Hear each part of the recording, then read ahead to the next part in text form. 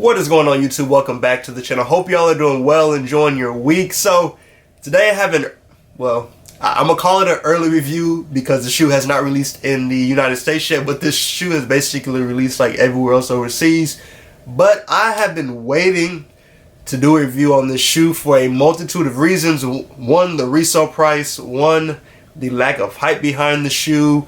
And two, just the shoe in general. I feel like this is going to be an interesting review just because of where the shoe is right now. Like I said, it's released overseas at a lot of different places, but it hasn't released in the United States yet. So if you don't know what I'm talking about, or if you have not seen the title yet, I have with me today the Air Jordan 1 Heritage, which is set to drop next month. So we're going to go ahead and jump to this early review over it. Hope y'all enjoy the review, but let's go ahead and jump into it. So like I said, I have with me today the Air Jordan 1 Heritage. And as of right now, they are set to drop May 25th in the United States, and retail price on them is $170. So normal Jordan 1 price, nothing too crazy going on with that. Now, like I mentioned earlier, these have released at a lot of different places overseas. I know Offsprings had dropped them, and I tried to cop off Offsprings, but I had no luck.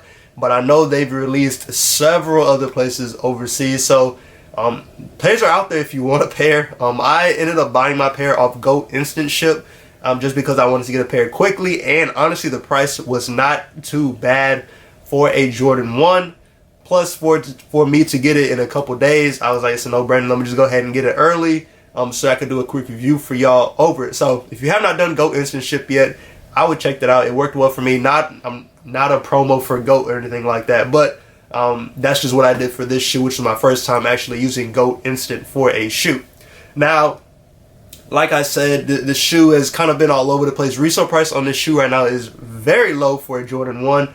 I think it's pushing close to around 200 last I checked. A little over 200, which, you know, for an early Jordan 1 is kind of weird, especially when it's a month early. So it's kind of weird to have a Jordan 1 that low on the market, but you know, that's how it goes sometimes. But we're going to talk about that because if this had a certain artist name to the shoe and the swoosh a certain way, the shoe would have a bunch of hype behind it. But we're going to talk about that a little later in the video. So to start, I'm going to start with the box. Now y'all know I love when they have the special boxes. So this is an all-white box with the red Nike logo on there. So this box is dope. I really do like this box. Great idea to match the shoes.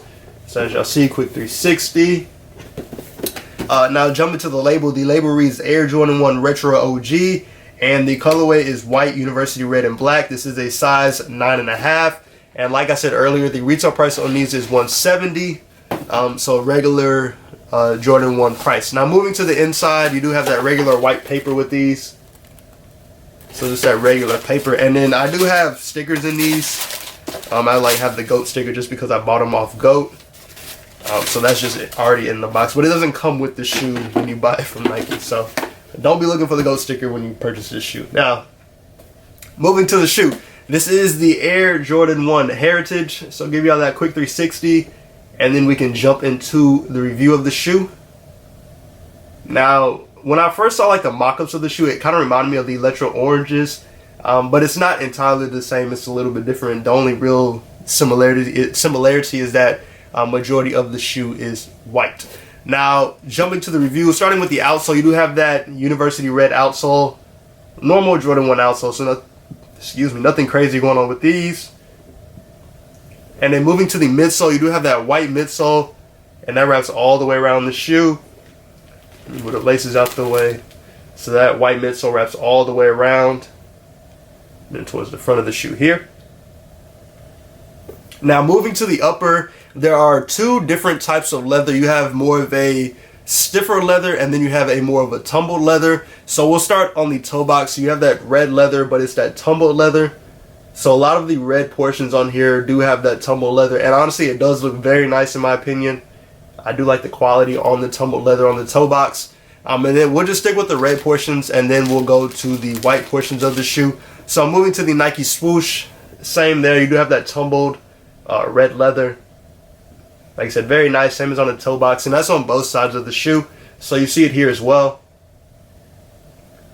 And then moving to the back of the shoe, So up top you do see more of that red leather, and even on the bottom portion you do see that tumbleness on the leather. I will say back here in the back it's not as tumbled as on the toe box, but it's not a big deal to me, but just a little bit different quality wise in the leathers. So that is the red leather on the shoe. Now moving to the white leather, you have, like I said, it's a little bit stiffer of a leather, so you do have that white leather going around the toe box there, and then also you do have white behind the Nike swoosh here, and that's on both sides of the shoe, as you see with that swoosh right there. And then going to the back, you do see kind of like a white stripe of leather going around here, and that wraps all the way around the back of the shoe. Now, in my opinion, the white leather isn't as nice of a quality as the red leather. Like, even like here, you can see a little bit kind of, it looks, just the quality doesn't look as nice as it does with the red leather. And hopefully the camera picks it up, but you can kind of see the leather a little crinkled on the white.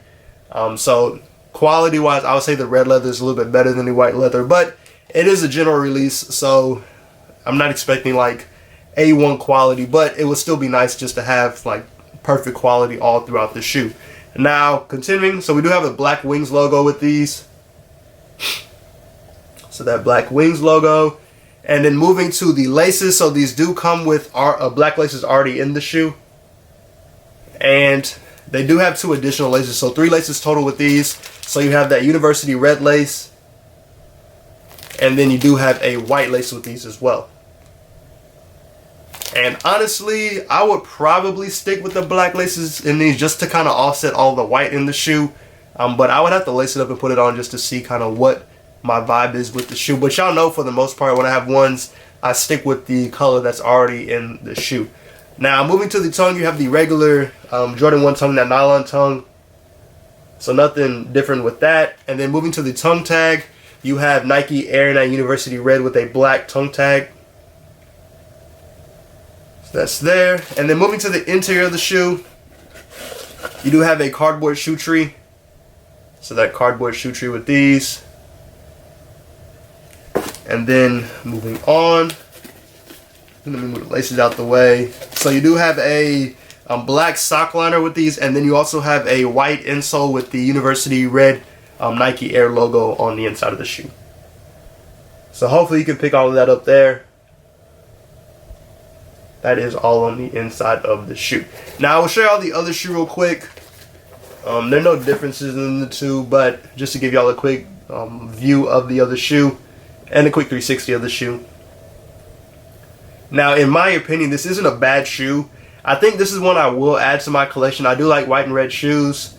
It's almost like it's like a reverse Chicago kind of, but not exactly reverse Chicago, but still the similar colors that are on the shoe. So kind of cool to have. But like with the reimagined Chicago dropping later this year, I wonder if people are more waiting for those than actually going to try to get these, which will have these probably cheaper for right now, since people are actually waiting on the reimagined Jordan 1 Chicago set to drop later this year. Now, like I mentioned earlier, so this color blocking is from the 1985 sample, which actually inspired the Travis Scott Fragment High, which dropped a little while ago, like I think like last year at some point, which is that blue and white color blocking for on that Travis High. So I will put a picture of it up in the video so y'all can get an idea of what that shoe looks like if you don't know what that shoe is. But this is very, very, very similar to that color blocking on that shoe. Now, like I said earlier, if you reverse the swoosh on these and you call them the Travis Scott Air Jordan 1 Heritages, or Travis Scott Air Max 1, oh Lord, Travis Scott Air Jordan 1 Heritage, and like I said, you have the reverse swoosh on these will be going for some serious money right now. Like, I think these will be doing better than the Fragment Air Jordan 1 High Travis Scott. And that just because it's that red and white, and people like the red and white colorway, and I think honestly they like it more over that blue colorway. And don't get me wrong, that blue colorway is not bad at all, but I just think the red would do a lot better. So that's where I say the hype with these, it's not there right now, but if you were to attach to certain things or certain icons to this shoe, the hype for these would go crazy. So it's interesting to see how hype drives the shoe. Of course, we know that these hype collabs do very well compared to some of the other stuff that doesn't come out, but this shoe right here is not bad at all. Like I said, if you were to put the Travis Scott detailings on these and advertise them as Travis Scott's, the price on these would be absolutely ridiculous. But I'd be curious to see if y'all felt the same way about these. Do you think like if they put an artist like Travis Scott behind these, they would do a lot better? Or do you think it would kind of be the same thing to where they're not really doing too great, you know, but they're doing something right now? Like I said, resale price on these is not crazy right now. I think I paid like around $250 for these, which isn't terrible, but it's just to show like where the resale price, because normally for a pair of ones, I'd probably pay close to $400 just to get a pair of ones over a month early. But just these are not going crazy like that. And then factor in that they've released overseas already, so resale price is just tanking. So I'd be curious to see how resale price does once they drop in the United States. Will it go back up or will it continue to go down? So it'll just be a wait and see with what happens with that. But as always, I do appreciate y'all for stopping in. Let me know how y'all feel about the Jordan 1 Heritage.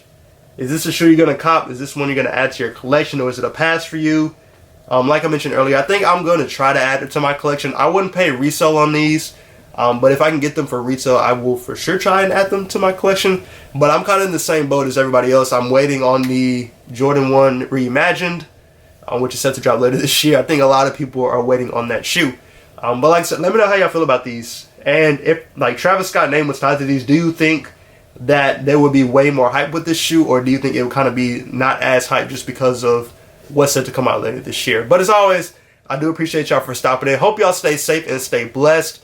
Go ahead and subscribe to the channel. Hit that like button, turn on the notification bell so you can stay today when I post new content. As always, appreciate y'all for stopping and checking out the channel, and I'll catch y'all in the next video.